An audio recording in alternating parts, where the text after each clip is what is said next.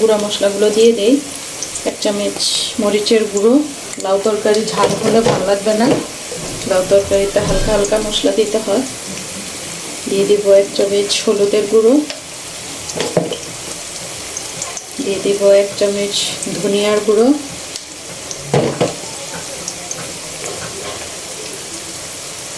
জিরার গুঁড়ো সামান্য,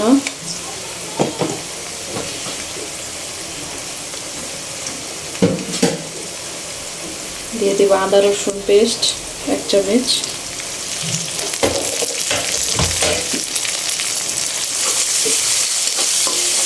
চালিয়ে কষিয়ে নিব তেলের ভিতরে একটু, তারপর হালকা পানি দিয়ে দিব। এখন একটু পানি দিয়ে দিব, পানি দিয়ে মশলাটা ভালোভাবে কষিয়ে নিব। তারপরে হচ্ছে আমি চিকেনটা দিয়ে দিব।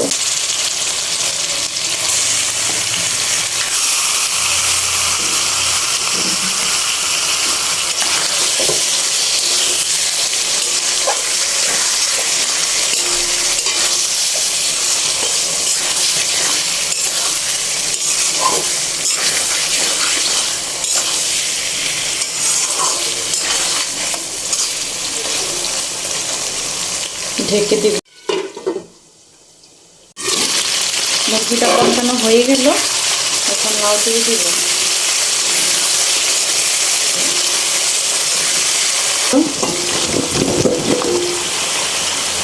লাউ দিয়ে একটু কষিয়ে নেব।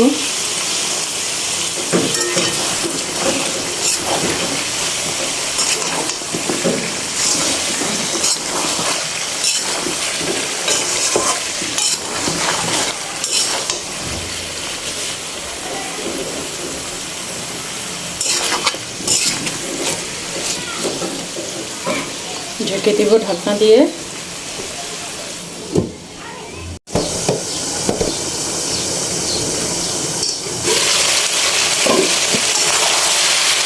কষানো শেষ, এখন পরিমাণ মতো একটু পানি দিয়ে দিব, কারণ কচি লাউ সিদ্ধ হয়ে যাবে তাড়াতাড়ি।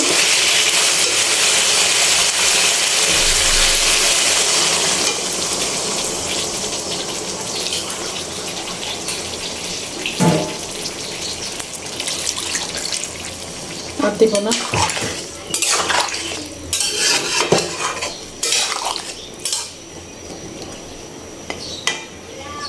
এখন ঢাকনা দিয়ে ঢেকে দিব, জল শুকানো পর্যন্ত ওয়েট করব, হয়ে যাবে ইনশাল্লাহ। সাদের লাউ হয়ে গিয়েছে, এখন দিয়ে দিব কয়টা কাঁচামরিচ দিয়ে আর একটু সিদ্ধ হওয়া পর্যন্ত কাঁচামরিচ রেখে নামিয়ে ফেলবো। তো এই তো লাউ তরকারি হয়ে গিয়েছে। তো এখন একটু জিরার ফাঁকি দিয়ে নামিয়ে ফেলবো।